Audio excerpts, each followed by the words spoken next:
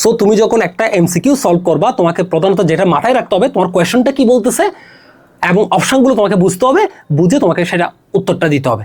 কর্মসূচি আসলে কোন ধরনের পরিকল্পনা, যে কর্মসূচি কোন ধরনের পরিকল্পনা আমরা উত্তর দিব কর্মসূচি হচ্ছে একার্থক পরিকল্পনা। ছোট ছোট যে পরিকল্পনাগুলো করা হয় তাকে আমরা বলবো কি প্রকল্প বলবো।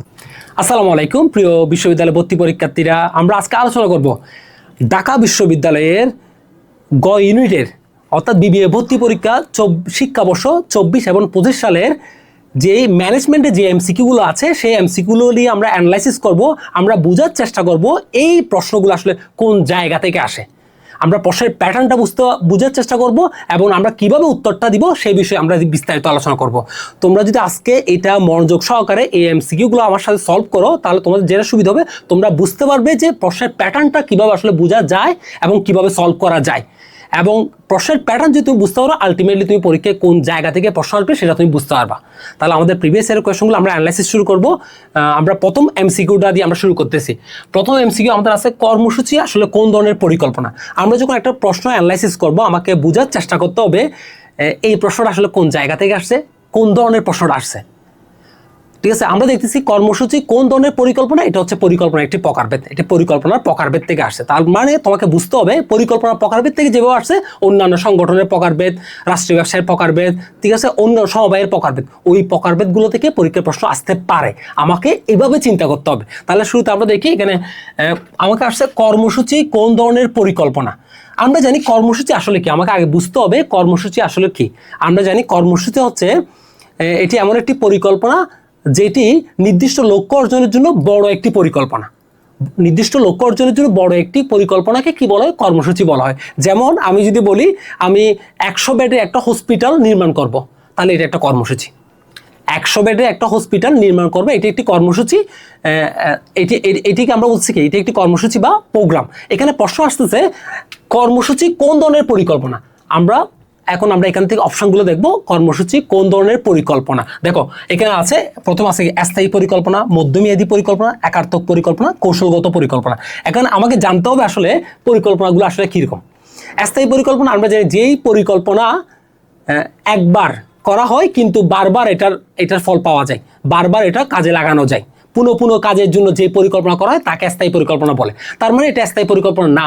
এটি হচ্ছে আমি তোমাকে যদি বলি আমরা এই একবার পরিকল্পনা করছি 100 বেডে একটা হসপিটাল করব, হসপিটালটা হয়ে গেছে শেষ। তার মানে এটা কি একটি কাজের জন্য একবার পরিকল্পনা, এটা হচ্ছে একার্থক পরিকল্পনা।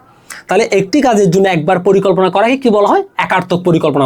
একার্থক পরিকল্পনা হয়। তাহলে এটা কোন পরিকল্পনার প্রকারভেদ, একার্থক পরিকল্পনার প্রকারভেদ। আমরা জানি একার্থক পরিকল্পনার মধ্যে আছে কর্মসূচি আছে, প্রজেক্ট বা প্রকল্প আছে বা বিশেষ কর্মসূচি আছে। তাহলে এটাকে আমরা কি বলবো যে কর্মসূচি কোন ধরনের পরিকল্পনা, আমরা উত্তর দিব কর্মসূচি হচ্ছে একার্থক পরিকল্পনা। কোন ধরনের পরিকল্পনা, একার্থক পরিকল্পনা। কেন একার্থক পরিকল্পনা, আমরা বলছি কর্মসূচি হচ্ছে এমন একটি বড় ধরনের পরিকল্পনা যেটি একবারের জন্য করা হয়। যেমন আমি যদি চিন্তা করি যে একটি হসপিটাল নির্মাণ করবে 100 বেডের, তার মানে এটি হসপিটালটা নির্মাণ হওয়ার পরে এটি বারবার হবে না, একটি কাজের জন্য একবার পরিকল্পনা। আর এই ধরনের বড় ধরনের পরিকল্পনা হলে সেটাকে আমরা বলি কর্মসূচি বা প্রোগ্রাম বলি। আমরা ইংলিশ ওয়ার্ডিংটা আমাকে মনে রাখার চেষ্টা করতে হবে। আর যেমন আরেকটি একার্থক পরিকল্পনা আছে আমরা বলছি গুরুত্বপূর্ণ, সেটা হচ্ছে কি প্রকল্প বা প্রজেক্ট। এটা আসলে কি ওই বড় কর্মসূচি, বড় পরিকল্পনা বা কর্মসূচির আওতাধীন ছোট ছোট যে পরিকল্পনাগুলো করা হয় তাকে আমরা বলবো কি প্রকল্প বলবো। তাকে আমরা কি বলবো, প্রকল্প বা প্রজেক্ট বলবো। যেমন আমি 100 বেডের হসপিটালের জন্য আমার কি করতে হবে, আমার বিদ্যুতের লাইন দিতে হবে, গ্যাসের লাইন দিতে হবে। তাহলে প্রত্যেকটা পরিকল্পনাকে আমরা কি বলবো, প্রকল্প বলবো। সো তুমি যখন একটা এমসিকিউ সলভ করবা তোমাকে প্রধানত যেটা মাথায় রাখতে হবে তোমার কোয়েশনটা কি বলতেছে এবং অপশনগুলো তোমাকে বুঝতে হবে, বুঝে তোমাকে সেটা উত্তরটা দিতে হবে। ঠিক আছে, তাহলে আমরা বুঝতেছি এখান থেকে পরীক্ষার প্রশ্ন আসে। যেমন স্থায়ী পরিকল্পনা আছে 5 প্রকার, সেখান থেকেও পরীক্ষা আসে। স্থায়ী পরিকল্পনা 5 প্রকার, এগুলো কি কি, এগুলো আমাকে মনে রাখতে হবে। ঠিক আছে, আমরা জানি এটা নীতি বা পলিসি, রীতি বা রুলস, প্রক্রিয়া বা প্রসেস, পদ্ধতি বা স্ট্যান্ডার্ড মেথড, কর্মকৌশল বা স্ট্র্যাটেজি। তাহলে এইটাই হচ্ছে আমার কি মূল বেসিক। আমাকে কোন জায়গা থেকে একটা কোয়েশ্চন পড়ার পর আমাকে মাথায় রাখতে হবে কোন জায়গা থেকে প্রশ্ন আসতে পারে, কি ধরনের প্রশ্ন আসতে পারে। ঠিক আছে, ভবিষ্যতে কি ধরনের প্রশ্ন আসতে পারে। ঠিক আছে, সো আশা করি এটা তোমার ক্লিয়ার। আমরা এইভাবে আমরা উত্তরটা দেওয়ার চেষ্টা করবো ইনশাল্লাহ।